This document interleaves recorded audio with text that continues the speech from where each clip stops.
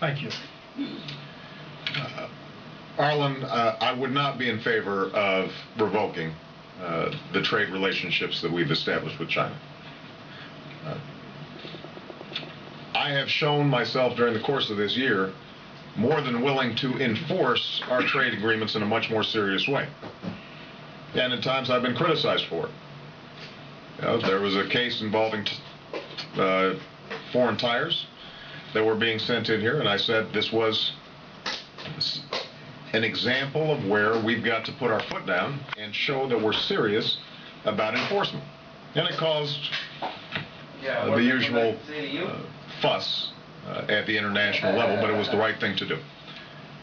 Having said that, I also believe that our future is going to be tied up with our ability to sell products all around the world, and China is going to be one of our biggest markets, and Asia is going to be one of our biggest markets. And for us to close ourselves off from that market would be a mistake. The point you're making, Arlen, which is the right one, is it's got to be reciprocal. So if we have established agreements in which both sides are supposed to open up their markets, we do so, and then the other side is imposing a whole set of non-tariff barriers in place, that's a problem, and it has to be squarely confronted.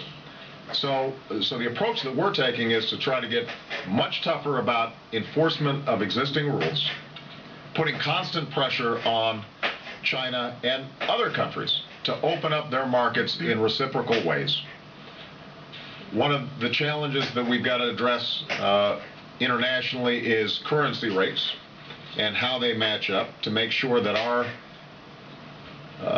goods are not artificially inflated in price and their goods are artificially deflated in price. That puts us at a huge competitive disadvantage.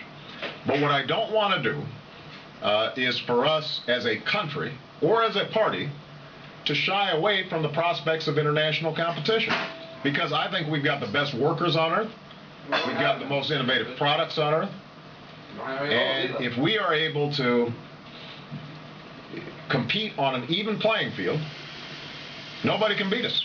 And by the way, that will create jobs here in the United States. You know, if we just increased our exports to Asia by a percentage point, by a fraction, it would mean hundreds of thousands, maybe millions of jobs here in the United States.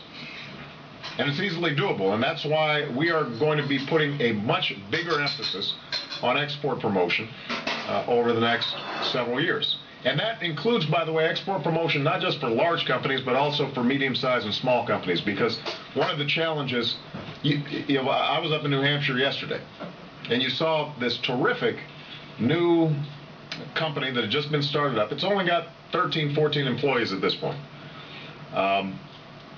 But it has a new manufacturing technique for the component parts in LED light bulbs.